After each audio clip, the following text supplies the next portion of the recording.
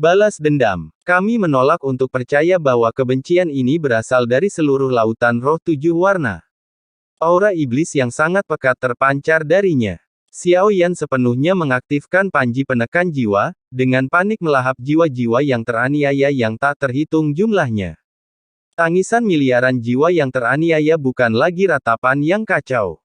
Sebaliknya, mereka menyatu menjadi aliran kesadaran yang mengerikan yang mengguncang langit dan bumi. Cahaya 7 warna berputar liar, cahaya yang mengalir tenang tiba-tiba berbelit-belit dan mendidih. Di bawah lautan cahaya yang megah, kebencian merah tua yang ditekan secara paksa, seperti binatang lava yang tertidur, sepenuhnya terbangun. Ia meletus dengan raungan yang memekakkan telinga, tulang-tulang iblis pucat yang tak terhitung jumlahnya dan pecahan baju besi emas ilahi hancur berkeping-keping. Kerangka manusia yang terpelintir diuleni dan disatukan seolah-olah oleh tangan raksasa yang tak terlihat. Dalam sekejap, sebuah objek aneh yang berbintik-bintik muncul. Itu bukan terbuat dari daging dan darah, tubuh utamanya tersusun dari kerangka-kerangka besar, pucat, dan berlumuran darah yang tak terhitung jumlahnya. Kebencian merah darah yang kental terbentuk dari emosi yang terpendam. Itu membentuk otot dan kulitnya yang mengalir. Wajah-wajah yang terdistorsi dan kesakitan yang tak terhitung jumlahnya melayang dan menghilang, menciptakan penampilannya yang mengerikan. Cakar tulang merah tua yang tak terhitung jumlahnya, terbentuk dari kebencian murni, muncul dari tubuhnya yang besar, mengamuk dan merobek ruang di sekitarnya. Inilah wujud sejati dari lautan roh 7 warna. Lautan yang dulunya megah, memancarkan rona keemasan, kini telah lenyap sepenuhnya. Para dewa telah mati, kata Xiao Yan, sambil melambaikan panji penekan jiwa. Kekuatan jiwanya yang dahsyat meledak. Mengumpulkan jiwa untuk menjadi iblis bukanlah hal yang mudah. Aku tidak bermaksud menyakitimu. Jika kau ingin pergi bersamaku, aku akan memberimu jalan untuk hidup. Suara Xiao Yan tiba-tiba terdengar. Dia telah tumbuh menjadi iblis, memiliki makanannya sendiri, dan untuk dihapus seperti ini benar-benar tidak dapat diterima. Ketika kalian menjadi iblis hebat, kalian bisa membalas dendam sendiri, alih-alih dimusnahkan sepenuhnya di sini. Saat kata-katanya terucap, panji penekan jiwa memancarkan gelombang kejut yang mengerikan. Tanpa ragu, Xiao Yan langsung meledakkan 2 cincin jiwanya. Gelombang kejut jiwa yang mengerikan menyapu, seketika mengusir roh 7 warna di hadapannya. Makhluk iblis yang terbentuk dari laut itu menyebabkan jiwa-jiwa teraniaya yang tak terhitung jumlahnya langsung lenyap. Xiao Yan harus menggunakan cara yang cukup untuk menunjukkan kepada iblis tak dikenal ini bahwa dia sepenuhnya mampu memusnahkannya. Lebih jauh lagi, kekuatan dahsyat yang dilepaskan oleh panji penekan jiwa terus menyerap jiwa-jiwa teraniaya, terus seperti ini memang sangat merugikannya. Aku akan memberimu satu kesempatan terakhir. Pergi bersamaku, atau aku akan memusnahkanmu dan mengambil emas jiwamu. 3 tarikan napas kemudian, Xiao Yan berteriak, sajikan makanannya. Jika dia punya cukup waktu, dia akan lebih sabar. Tetapi sekarang setelah dia mengungkapkan identitasnya kepada Miao Lianhua, menghilangnya secara tiba-tiba bukanlah hal yang baik bagi Xiao Yan, dan perasaan tertekan yang terus menyerangnya membuatnya gelisah. Dia harus pergi secepat mungkin. Hampir pasti perasaan tertekan ini berasal dari Hua Ken. Bagaimana kau bisa mempercayaiku? Meskipun aku adalah roh pendendam, aku terikat oleh tempat ini dan tidak bisa pergi. Pada saat itu, iblis kotor di hadapannya tiba-tiba berhenti, tidak mau binasa di sini, karena kebencian di hatinya belum terbalas, dan dia tidak bisa mati di sini. Wajah manusia yang bergelombang di kulitnya meraung, berulang kali mengulangi kata, balas dendam. Singkirkan dendammu, aku punya cara sendiri untuk membawamu pergi. Seluruh tubuh besar iblis kotor itu berubah menjadi badai merah darah, seketika berubah kembali menjadi lautan spiritual 7 warna seperti permata. Pikiran Xiao Yan bergejolak, dan kekuatan hisap yang kuat muncul dari antara alisnya. Lautan spiritual 7 warna itu lenyap menjadi ketiadaan. Pada saat yang sama, Xiao Yan sama sekali tidak ragu.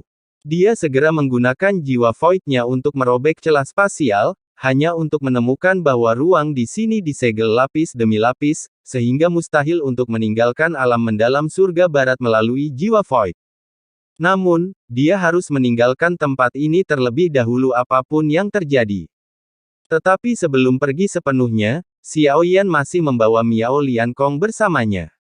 Situasi saat ini mungkin lebih rumit daripada yang dia bayangkan.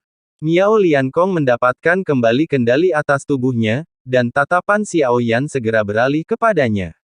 Bawa aku pergi dari alam mendalam surga barat. Ambil jalan pintas tercepat. Aku akan memberimu kebebasan setelah kita pergi, kata Xiao Yan dengan suara berat. Miao Liankong menggertakkan giginya. Di sebelah timur alam mendalam surga barat, terdapat tempat yang paling kacau. Itu adalah titik terlemah dari formasi iblis angin cahaya Buddha, tempat seseorang dapat pergi paling cepat. Sekarang, Miao Liankong rela membayar harga berapapun untuk bertahan hidup, tetapi tepatnya, itu bukanlah kerugian besar bagi alam mendalam surga barat. Lautan jiwa spiritual 7 warna ini tampaknya juga bukan sesuatu yang penting. Bagi alam suci Buddha ilahi, ini sebenarnya adalah duri tersembunyi di sisi mereka. Mungkin itulah sebabnya Miao Lianhua memilih untuk setuju dan mengabaikan Xiao Yan. Namun, Miao Liankong, yang telah mendapatkan kembali kendali atas tubuhnya, cukup terkejut. Menilai dari kepribadian saudara perempuannya, dia pasti akan membunuh orang luar seperti Xiao Yan di sini, tetapi Xiao Yan sama sekali tidak terluka, dan jiwa spiritual 7 warnanya telah menghilang secara misterius, tanpa menunjukkan tanda-tanda telah mengalami pertempuran apapun. Dia tidak tahu bagaimana Xiao Yan melakukannya, tetapi dia telah mengembangkan rasa kagum yang besar terhadap sosok di sampingnya. Pada saat itu, Xiao Yan, melalui perjalanan terus-menerus menggunakan jiwa ilusinya, telah tiba di bagian timur alam suci Buddha ilahi. Meskipun alam suci Buddha ilahi sangat luas, bagi Xiao Yan, yang memiliki jiwa yang tergerak, melintasi ruang angkasa sangatlah cepat. Bahkan, tidak lama setelah Xiao Yan memasuki alam suci Buddha ilahi, cahaya pedang melesat masuk. Aura pedang yang mengerikan, yang tampaknya mampu memusnahkan segalanya, tiba-tiba menerobos ruang hampa, membawa ratusan budak pedang.